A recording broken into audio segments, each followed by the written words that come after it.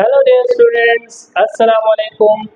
So welcome to the students of Cambridge D1 IGCSE O levels to the platform of Smart Concepts by AZ, where you will get the smart and easy concepts.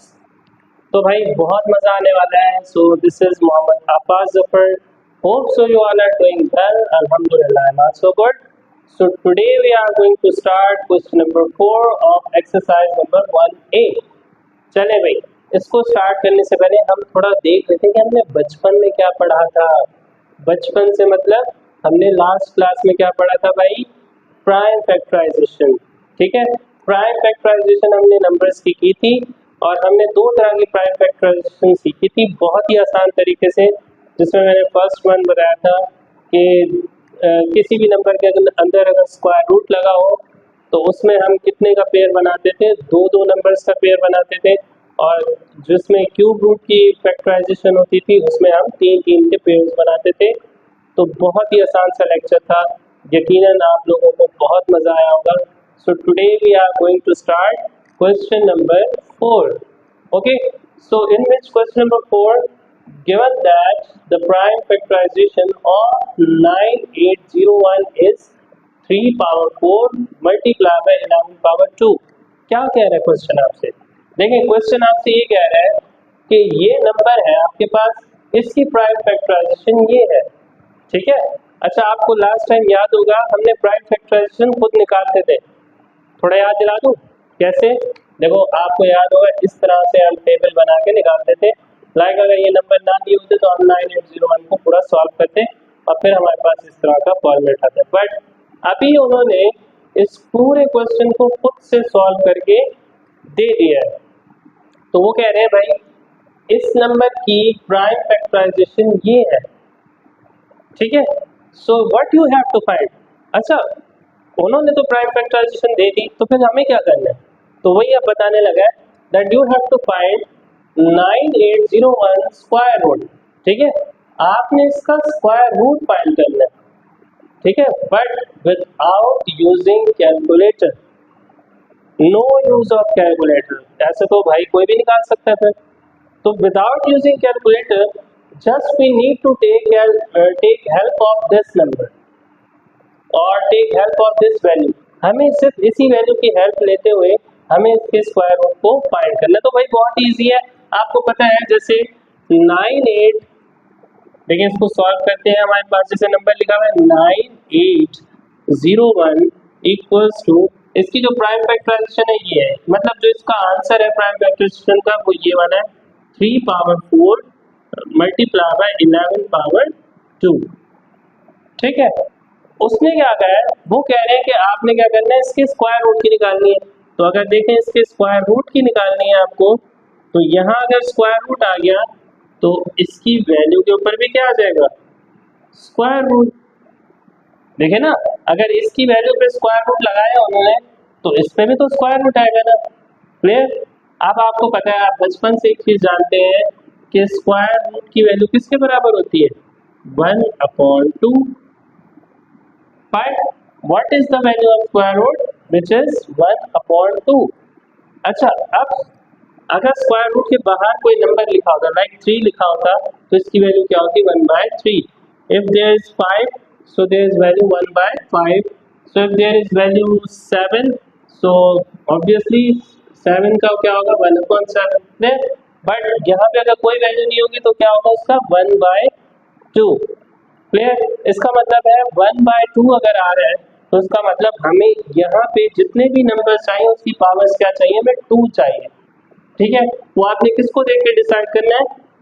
इसको देख के decide करना है. ठीक है, यहाँ पे जो नंबर होगा हमें यहाँ पे पावर्स भी उतनी ही चाहिए होगी. ठीक है, आप देखें इसमें सबसे पहले 11 की पावर 2 तो लगी भी ऑलरेडी, इसका तो प्रॉब्लम ही नहीं है. अब जिसकी पावर 2 नहीं है हम उसको बना लेते हैं. तो किसकी पावर 2 नहीं? किसकी पावर 2 नहीं है? जल्दी से बता दो. देखिए इसकी पावर 2 नहीं है, इसकी पावर क्या है? 4. तो टेंशन वाली बात ही नहीं है, हम इसको क्या कर लेते हैं? ब्रेक कर लेते हैं. So how we will break? We will break in 3 power 2, then again 3 power 2, because 3 power 2 multiply by 3 power 2 it will become 3 power 4. Clear? Because 2 and 2 becomes 4. So we can write 2 times 3 power 2. It will become 3 power 4. Fine. And 11 power 2 is as it is. मैंने इसको क्यों break किया? मैंने आपको बताया कि यहाँ पे स्क्वायर रूट है, स्क्वायर रूट की वैल्यू क्या होती है 1/2. यहाँ पे 2 है तो हमने उसको दो में ब्रेक किया. यहाँ अगर 3 होता तो मैं उसको 3 में ब्रेक करता. क्लियर? चले जी, अब क्या करेंगे? अब हम इसको सेपरेट रूट में लिख देंगे. How? Like it will be 3 square root, then again 3 square root, then again 11 square root. Now you know these both are the enemies. ये दोनों एक दूसरे के क्या दुश्मन है, एक दूसरे को खा जाएंगे. तो देखो ये दो एक दूसरे से कैंसिल, अगेन ये दोनों एक दूसरे से कैंसिल हो जाएंगे because square and square root always will be cancelled with each other. Okay, so what will be the remaining part? 3 multiplied by 3 multiplied by 11. So it means 3 3s are 9, 9 11s are 9 11s are 99. So it means this is the answer. So if you want to check your answer, what you will do? You will just multiply 99 2 times. आप 99 को 2 बार multiply करें. ये जो answer है इसको आप 2 times multiply करें. आपका आंसर यही आना चाहिए और यही आएगा. ठीक है, तो ये आंसर अगर आ गया तो आपका आंसर सही है. तो इसका मतलब इसको आप मल्टीप्लाई करेंगे तो ये आंसर आएगा. ये सिर्फ चेक करने के लिए बता रहा हूँ, आपने इसको फर्दर आगे सॉल्व करना नहीं है. If you want to verify your answer, so you can multiply 99 2 times, then you will get the answer whatever the question is given. Clear? Now we will start question number 5, same as it is the previous question. बिल्कुल ही पीछे वाले question की तरह है. ठीक है, उसी की कॉपी करके आया पूरा. बस क्या है, थोड़ी सी वैल्यू चेंज कर दी. देखो वही काम करेंगे जो अभी हमने किया था. देखिए क्या होगा. सबसे पहले हमें पता है इसकी प्राइम फैक्टराइजेशन ये है. ठीक है, तो आप लिख दे 21952 equals to 2 power 6 multiply by 7 power 3. ठीक है भाई, क्या होगा नेक्स्ट? आप देखें, इसका मतलब अगर इसकी ये है तो ये यहाँ पे सॉरी 3 था, तो अब वो कह रहे हैं इसका आपने क्या निकालना है, क्यूब रूट निकालना है. क्वेश्चन में यहाँ पे 3 था, मैं 3 लगाना भूल गया था. ठीक है, तो भाई यहाँ पे देख लेना ये 3 है. Clear? Okay students, now you know there is cube root because this is known as cube root, क्योंकि रूट के बाहर क्या आ गया, 3 आ गया. तो अब ये स्क्वायर रूट नहीं रहा, अब ये क्या बन गया, cube root. Okay, one thing I want to tell you that what is the value of cube root which will be equal to 1/3. If there is like number 7, so it will become 1/7. If there is number 8, 1/8 it will become. Clear? So according to number we will write the value. So now tell me what we will do. Yes students, my dear students, please tell me what we will do. What we will do? Now we will break again. Which powers? Like 2 power 6 or 7 power 3? Confused? Now you will say कि sir ने तो कहा था कि हम तो इसको 2 में ब्रेक करेंगे. ऐसे ही है ना. लेकिन मैंने एक चीज़ और भी कही थी कि आपने इस नंबर को लाजमी देखना है. यहाँ पे नंबर क्या आ रहा है भाई, 3. So you have to break in 3 3. There was a number 2, so you have broken 2 2.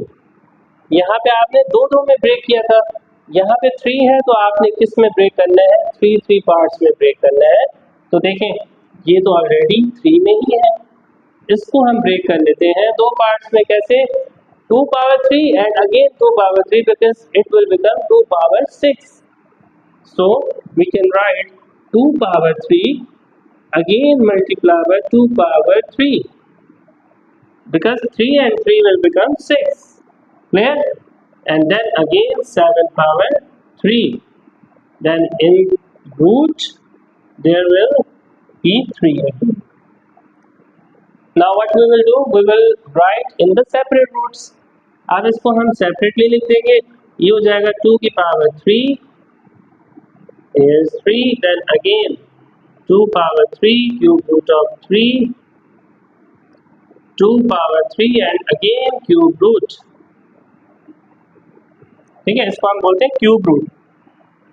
याद रखिएगा कि जिस रूट के बाहर 3 लिखा होगा उसको हम क्या बोलते हैं, क्यूब रूट, और जिस स्क्वायर रूट के बाहर कोई वैल्यू नहीं होती उसको हम क्या बोलते हैं, square root. Like this is the square root and this is the cube root because there is 3।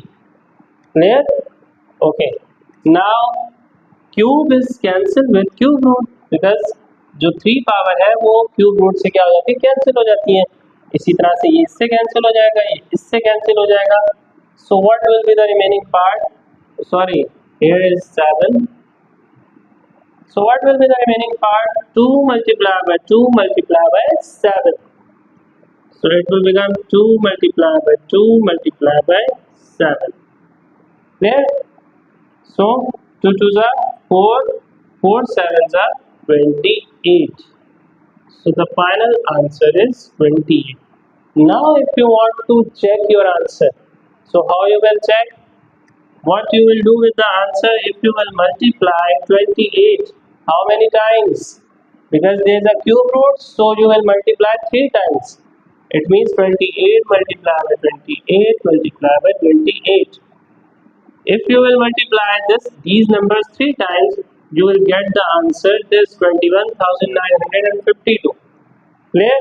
but the condition is you have to multiply 3 times, आपने इसको 3 बार मल्टीप्लाई करना है तो आपका आंसर ये आएगा, अगर आपने आपका आंसर चेक करना है तो, अदरवाइज यहाँ तक आपका आंसर स्टॉप हो चुका है। Clear? So these were our question number 4 and question number 5। So now we are going to move on question number 6। Okay my dear student, this is our question number 6 in which we have to estimate the value of each of the following। So what is the meaning of estimate? क्या मतलब होता है estimate का? If I will say, let's suppose I have a number 98, this is nearest to 100 or this is nearest to 50, so you obviously you will say sir ये तो 100 के करीब है, तो हम इसको ऐसे लिख सकते हैं 98 is approximate equals to 100। this is the sign of approximation, you will say this is approximate equal sign is like this but approximate equal like this। clear? so this is known as estimation। so if we have to estimate these root values, अब ये जो values सारी हमें दी हुई है ये exact values नहीं है, मतलब ये एग्जैक्ट रूट नहीं है, इसके एग्जैक्ट रूट कुछ और है वो हमें पता लगाना है। But how we will find out, simple way, by taking squares of each value. हम क्या करेंगे, हर वैल्यू का स्क्वायर लेते जाओगे, हर छोटी वैल्यू से, मतलब छोटी वैल्यू से आपने स्टार्ट करना है और स्क्वायर्स लेते जाने हैं, जहाँ पे इसके करीब पहुँच गए वहाँ स्टॉप कर देना है, like this.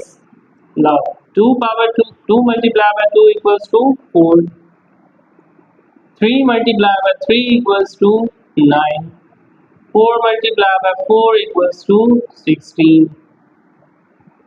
Same 5 multiply by 5 equals to 25, 6 multiply by 6 equals to 36, 7 multiply by 7 equals to 49, 8 multiplied by 8 equals to 64।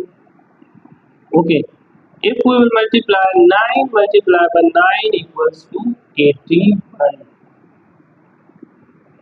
so it means now these are the both values, but एक 64 है हमारे पास, एक 81 है। now tell me which value is nearest to 66। so obviously so there will be one value, there will be only one option, that is 64, क्योंकि 64 जो है 66 के बहुत ज़्यादा करीब है, बट 81 जो है काफ़ी दूर है 64 से, सही है ना, 66 से, सॉरी 66 से काफ़ी दूर है, बट 64 जो है 66 के काफ़ी क्या है, करीब है। तो इसका मतलब कौन सी वैल्यू पे आया था हमारे पास, ये आया था 8 multiply by 8 equals to 64. So it means 66 root is approximate equals to 64 root because these both are nearest values. Okay? So we have found the estimation. Now moving to the next part again with the same process. 2 multiplied by 2 4, 3 3 is 9, 4 4 16, 5 5 25, 6 6 36, 7 7 49, 8 8 64, 9 9 81. So obviously 9 9 81 is very nearest value of 80. So we will take 9 multiplied by 9, clear, and this will become 81. So it means 80 root is approximate equals to 81 root. Clear?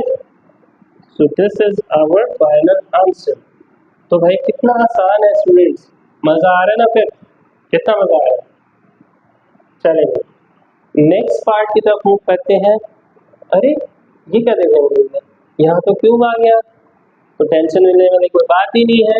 यहाँ पे हमने like दो numbers multiply किए थे, अब हम इन सब numbers को कितनी बार मल्टीप्लाई करेंगे, तीन तीन बार. How many times we will multiply, three times like this. 2 multiplied by 2 multiplied by 2 because of these यहाँ पे जो 3 नंबर लगा हुआ है इसकी वजह से हमें तीन बार हर नंबर को क्या करना है, multiply. But the same process we will get the nearest value of this group. Fine. Now 3 multiplied by 3 multiplied by 3, 2 2s are 4, 4 2s are 8, 3 3s are 9, 9 3s are 27. Then again 4 multiplied by 4 multiplied by 4 equals to 4 4s are 16, 16 4s are 64. Clear?